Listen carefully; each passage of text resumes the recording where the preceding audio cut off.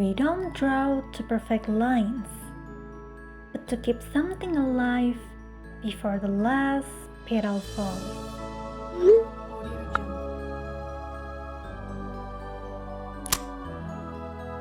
Hi, hello, it's Dinis here. How's your day going, guys? I hope everything's always going well for you today. Hari ini, hari keempat aku latihan gambar. Dan aku lagi belajar satu hal sederhana. Ternyata, terkadang yang paling sulit itu bukan menarik garisnya, tapi berani tetap melanjutkan meski garis itu terasa goyah. Sama seperti kelopak terakhir yang hampir jatuh, kita punya waktu yang terbatas untuk mencoba sebelum menyerah. Jadi hari ini, aku mau latihan buat percaya bahwa setiap goresan punya kesempatan untuk mekar jadi sesuatu.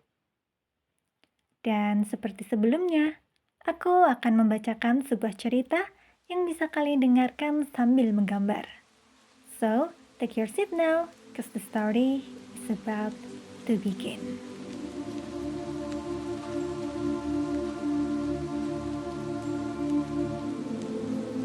The blooming rose and the fading castle.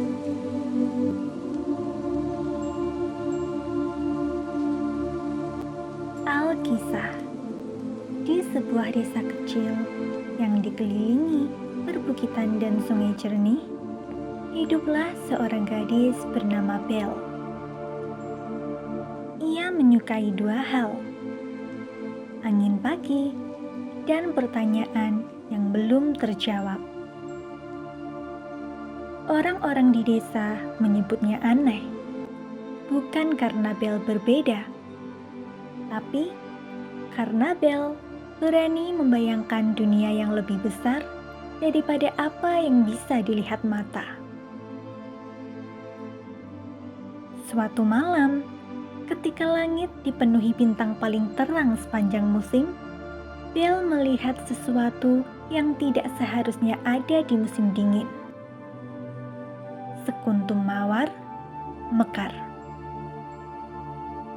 Kelopaknya bersinar lembut, seolah menyimpan cahaya bulan di dalamnya.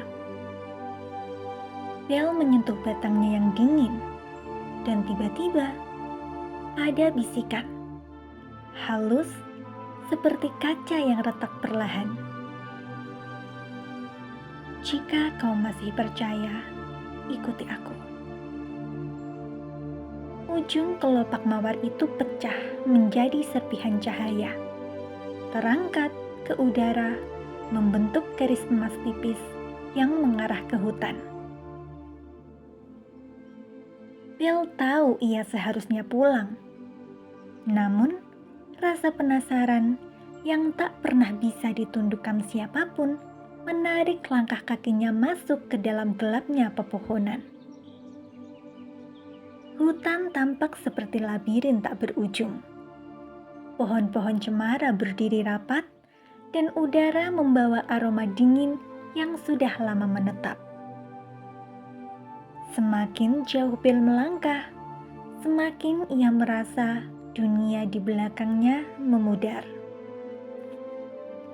Cahaya mawar itu terus melayang di depan, memandu seperti kunang-kunang kecil yang tak pernah padam. Hingga akhirnya kabut terbelah. Di hadapannya berdiri sebuah kastil, menjulang tinggi di balik kabut perak. Tidak terlihat seperti dibangun dari batu, melainkan dari diam dan rahasia. Pintu gerbangnya setinggi pohon cemara. Saat Belle menyentuh gagangnya, pintu itu terbuka sendiri, perlahan, tanpa suara. Namun anehnya, Belle tidak merasa takut.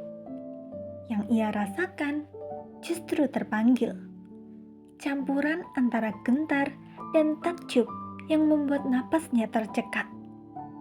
Seperti berdiri di tepi sesuatu yang menakutkan, tapi juga indah. Belle melangkah memasuki kastil itu. Di dalamnya begitu sunyi, nyaris seperti tak berpenghuni. Tak ada penjaga, tak ada pelayan. Hanya gema langkah Belle dan detak jantungnya yang berusaha menenangkan diri. Namun anehnya, kastil ini bersih dan rapi, dan begitu hidup. Seolah ada yang mengurusnya. Lampu gantung berkilauan seperti baru dipoles, dan tirai-tirai jatuh sempurna tanpa setitik debu. "Kenapa kau datang?" Belle tersentak. Ia menoleh cepat, mencari sumber suara itu. Tapi, yang ia temukan hanyalah bayangan panjang di pilar marmer. Bulu kuduknya berdiri. Kastil ini hanya muncul bagi mereka yang seharusnya tidak datang. Suara itu kembali, dalam dan tajam. Belle menelan napas pelan, lalu menjawab, bukan dengan keberanian, melainkan dengan rasa ingin tahu yang lebih kuat daripada rasa takut.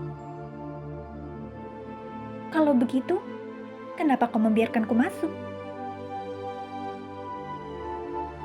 Kesunyian menggantung. Lalu, suara itu kembali, seperti badai yang menahan hujan. "Aku tidak membiarkanmu. Kau menemukan jalanmu sendiri." Belle maju satu langkah. "Kalau begitu, temui aku. Jangan hanya menjadi suara." Dari kegelapan, muncullah siluet besar. Cahaya lilin memantul pada bulu gelap, tanduk melengkung, dan mata keemasan seperti bara yang hampir padam. Dialah Beast. Tapi Belle tidak mundur. Ia malah terpaku pada mata keemasan itu. Lalu berbisik pelan, "Matamu tampak sedih." Beast terhenyak sesaat, seolah tak menyangka Belle akan berbicara seperti itu. Ia memalingkan wajah begitu saja, lalu menghilang dalam gelap. Sementara Belle yang masih penasaran dengan kastil itu memutuskan untuk masuk lebih dalam, menjelajahi setiap sudut, menggilai hal-hal mewah, dan terpukau-pukau melihat banyak keindahan yang tak pernah ia temui sebelumnya. Hanya di kastil itulah Belle merasa seolah rasa ingin tahunya bisa terpenuhi. Bahkan, Belle menemukan hal ganjil yang menurutnya sangat menakjubkan. Kastil itu hidup. Saat Belle memikirkan buku-buku, pintu perpustakaan terbuka sendiri. Saat ia ingin menuju balkon, tangga spiral muncul dari udara. Dan saat ia lapar, aroma makanan memenuhi ruangan dan hidangan telah tersaji sempurna. Kastil itu sungguh membuat Belle begitu takjub dan terlena, seolah tak ada hal lain yang bisa membuatnya lebih bersemangat dan lebih bahagia dari ini. Sementara Beast, sosok itu selalu mengawasi dari kejauhan. Tidak pernah mendekat, tidak pernah menyentuh. Hanya suara dan bayangan. Kendati demikian, Belle tahu satu hal. Beast bukanlah marah. Beast takut. Suatu malam, ketika mengikuti hembusan cahaya halus di lorong, Belle menemukan sebuah ruangan tersembunyi. Di tengahnya, berdiri sebuah mawar merah terkurung dalam kubah kaca bening seindah kristal.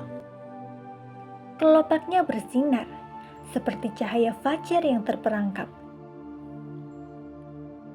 Jangan sentuh. Bel terperanjat, mencari sumber suara yang begitu dingin itu ke segala arah. Meski sosoknya tak terlihat, Bel tahu pasti Peace sedang mengawasi, entah dari mana. Jadi, ia tidak menyentuh mawar itu seperti yang Peace peringatkan, tetapi ia memperhatikan. Di dalam kubah kaca itu, setangkai bunga mawar yang bersinar-sinar hanya tinggal menyisakan satu kelopak saja. Sementara di bawahnya, kelopak-kelopak kering berhamburan. Tentu hal ini turut membuat Bel penasaran. Mengapa kelopaknya terus jatuh? Tanyanya. Di luar pintu, Peace memalingkan wajah. Ia menelan kata-katanya sebentar, lalu menjawab dengan getir. Karena aku sedang dilupakan. Bel membeku. Dikutuk menjadi monster? Peace menggeleng. Lebih buruk, katanya. Saat kelopak terakhir jatuh, dunia akan berhenti mengingat bahwa aku pernah ada. Kutukan ini bukan untuk menghancurkan tubuhku, tapi menghapus keberadaanku. Bel terbungkam, seolah segala kata telah dicabut dari mulutnya. Lebih mudah menjadi bayangan daripada berharap seseorang melihatmu. Ujar Peace lagi, kali ini terdengar lebih getir dari sebelumnya. Kalau begitu, kenapa kau tak tunjukkan dirimu? Keluarlah dan biarkan aku melihatmu lebih jelas. Tepat setelah Bel berkata demikian, lantai kastil bergetar hebat. Getarannya merambat seperti urat cahaya yang pecah di bawah kaki mereka. Ubin retak memanjang, sementara udara mulai berderit seperti kaca yang hendak runtuh. Kelopak bunga terakhir tergantung rapuh, menggigil di ujung tangkai, hampir terlepas. Dan hanya dalam sekejap, semuanya berubah. Atap runtuh menjadi butiran pasir, jatuh seperti hujan emas yang memercik di udara. Dinding-dinding memudar, hancur perlahan menjadi kabut perak yang tersapu angin. Lorong-lorong menghilang, lenyap satu persatu seperti ingatan yang dipaksa dilupakan. Dan di balik pintu, Peace mulai memudar. Siluet tubuhnya bergetar seperti bayangan yang makin kehilangan cahaya. Mata keemasannya berair, memantulkan cahaya dari mawar yang hampir padam. Cepat pergilah, abaikan aku. Begitulah cara kutukan ini berakhir, kata Peace tegas, meski nadanya terdengar begitu pahit. Tidak, Bel menggeleng keras. Dadanya berdegup seperti akan pecah. Kau salah. Kutukan ini bukan berakhir saat aku pergi, tapi saat seseorang memilih untuk mengingatmu. Jadi tunjukkan dirimu dan biarkan aku mengingatmu.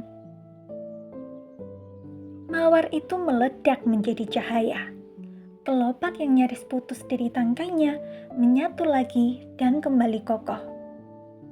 Dan gelombang cahaya emas dari ledakan itu menyapu kastil, membalikan waktu seperti layar yang dilipat mundur. Kastil yang nyaris hilang kembali kokoh, berdiri lagi dalam cahaya yang berkilau. Dan di tengah cahaya itu, Peace muncul sepenuhnya di ambang pintu, tepat di hadapan Bel. Tubuh besarnya ditelan semburat emas yang seolah menyedot bulu-bulu lebatnya, kukunya yang runcing, gigi taring yang tajam, juga tanduknya yang melengkung penuh ancaman. Bahkan, ukuran tubuhnya pun ikut menyusut. Hingga akhirnya, bersama dengan hilangnya cahaya itu, Belle bisa melihat sosok itu sepenuhnya, berdiri dalam wujud manusia, normal dan utuh. Begitu indah dan menakjubkan. Senyum Belle pun merekah. Lihat, aku melihatmu. Dan Beast pun tertegun. Beberapa hari pun berlalu. Belle begitu menikmati tinggal di kastil itu. Ia mulai makan, membaca, menjelajah kastil, dan bermain di taman bersama Beast. Hingga suatu pagi, ketika ia sibuk mengagumi wangi-wangi mawar yang mekar di taman, Belle tersentak. Desanya, ia pun segera berlari menemui pria itu. "Aku harus pulang," katanya tergesa. "Orang-orang pasti menyangka aku hilang." Belle tampak begitu panik. Dan pria itu, Beast, dengan senyuman terbaiknya, mengangguk menanggapi salam perpisahan Belle. Ia tidak menahannya, dan Belle pun tidak berjanji akan datang kembali. Seolah di antara keduanya ada pemahaman yang tak perlu diucapkan. "Aku tahu," kata Beast pelan. "Terima kasih sudah melihatku." Pagi itu juga, setelah berpamitan dan mengganti pakaiannya, Belle berlari menembus kabut dan membelah hutan yang sama, seolah ia sudah hafal pasti jalannya. Belle begitu tergesa dalam perjalanannya, sampai ketika ia mencapai desa, langkahnya memelan tiba-tiba. Belle terdiam. Ternyata langit desa sudah malam. Bintang-bintang memenuhi gelap seperti butiran gula di kain hitam. Belle pikir perjalanan dari kastil ke desa tak memakan waktu selama itu. Dan Belle yakin pasti ia meninggalkan kastil saat matahari baru bangun. Jadi, Belle melangkah perlahan dan meneliti sekelilingnya. Rumah-rumah masih tampak sama persis. Lampu teras masih menyala, pintu utama masih sedikit terbuka, dan suara jangkrik terdengar tepat sama. Seolah dunia ini tidak bergerak sejak detik ia menghilang.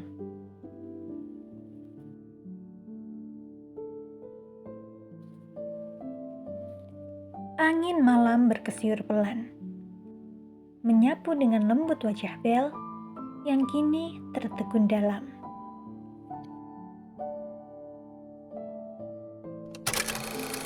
Dan akhirnya kita telah sampai di penghujung cerita.